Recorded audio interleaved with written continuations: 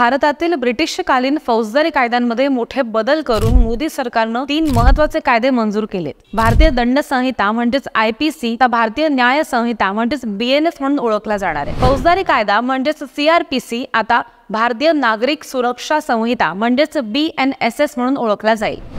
तर भारतीय पुरावा कायदा आता भारतीय साक्ष अधिनियम BSA म्हणून ओळखला जाणार आहे। 1 जुलै नंतर केलेल्या गुन्ह्यांसाठी या नवीन कायद्यानुसार FIR दाखल केली जाते। तसंच त्यानुसार खटलाही सुरू होणार आहे।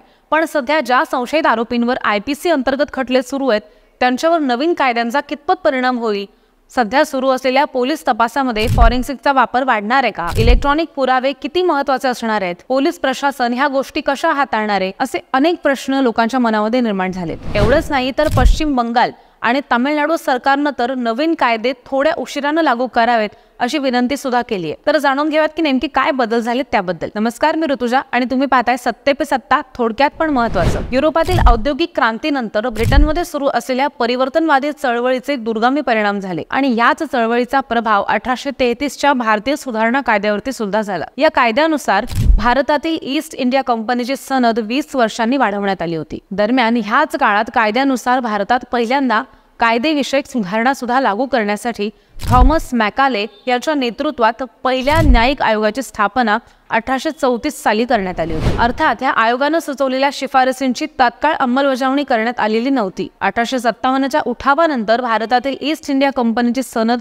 कायमची संपुष्टात येऊन ब्रिटिश सरकारचा अधिकृत अंमल सुरू झाला। ब्रिटिश सरकारने केलेल्या प्रशासकीय आणि न्यायिक सुधारणांनुसार देशभर एकच न्याय आणि कायदा व्यवस्था लागू करण्यासाठी 1860 साली भारतीय दंड संहिता कायद्याला मंजुरी देण्यात आली। देशातील स्वतंत्र संस्थानांमध्ये हा कायदा लागू नव्हता। स्वातंत्र्यानंतर मात्र देशभर ह्या कायद्याची अंमलबजावणी करण्यात आलेली होती। आता नवीन कायद्यामध्ये काय महत्त्वाचे बदल झालेले आहेत ते आपण पाहूया। देशद्रोह कायदा काढून टाकला, पण सरकारच्या मते ज्यांच्याकडनं भारताचं सार्वभौमत्व, एकता आणि अखंडता धोक्यात आणली जाईल त्यांना कठोर शिक्षा केली जाणार। मॉब लिंचिंग आणि संघटित गुन्हेगारी यांचा नव्या गुन्ह्यांमध्ये समावेश होणार आहे। लग्नाचे खोटे आश्वासन देऊन लैंगिक संबंध ठेवणं हा वेगळा गुन्हा ठरणार आहे। दहशतवादी कारवायांना UAPA च्या ऐवजी BNS अंतर्गत खटला सुरू होईल। समलैंगिक संबंधांविषयीचे कलम 377 काढून टाकले। खटल्याची सुनावणी पूर्ण झाल्यापासून 45 दिवसांच्या आत निर्णय देणं अनिवार्य।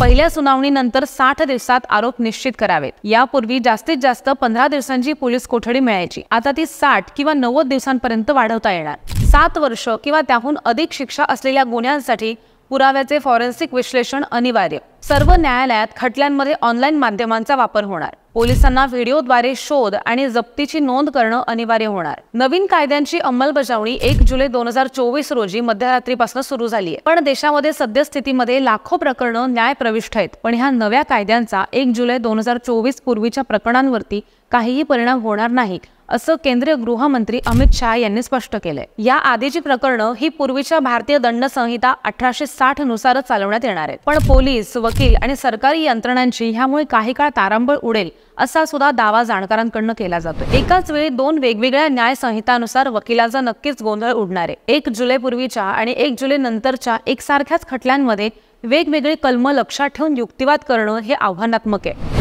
अर्थात न्यायाधीश कामकाजामध्ये वकिलांना सहकार्य करतील, त्यामुळे ते सोपं होईल। कायदा आणि सुव्यवस्थेच्या अंमलबजावणीची जबाबदारी असलेल्या पोलीस खात्यासाठी सुद्धा हे नवे कायदे आणि त्यांच्यातील तरतुदी ह्या महत्त्वाच्या ठरणार आहेत। काही विशेष अधिकारी सुद्धा पोलिसांना मिळाले। नव्या कायद्यानुसार इलेक्ट्रॉनिक पुरावे, CCTV व्हिडिओ, तसंच सोशल मीडिया आणि विविध ॲप या सगळ्या माध्यमांचा न्याय प्रक्रियेमध्ये समावेश करण्यात आलाय। त्यामुळे पोलिसांना गुन्ह्यांचा तपास करण्यात सुद्धा मदत होणार आहे। पण ह्या कायद्यांबद्दल फारशी माहिती नसलेल्या तपास अधिकाऱ्यांचा कलम नोंदवताना गोंधळ उडू शकतो। केंद्र सरकारनं डिसेंबर 2023 मध्ये ह्या कायद्यांमध्ये काही बदल केले। भारतीय दंड संहिता 1860 रद्द करून त्याऐवजी भारतीय न्यायिक संहिता, फौजदारी प्रक्रिया संहिता 1898 रद्द केली आणि त्या जागी भारतीय नागरिक संरक्षण संहिता आणि भारतीय पुरावा कायदा 1872 रद्द करून भारतीय साक्ष अधिनियम ह्या कायद्यांची निर्मिती केली आहे। तसंच अनेक जुनी कलम आणि त्यांच्या उपकलमांमध्ये फेरबदल सुद्धा करण्यात आले। काही कायद्यांचे दुसऱ्या कायद्यांमध्ये समायोजन करण्यात आले, तर काही गुन्ह्यांसाठी असलेल्या शिक्षांमध्ये वाढ करून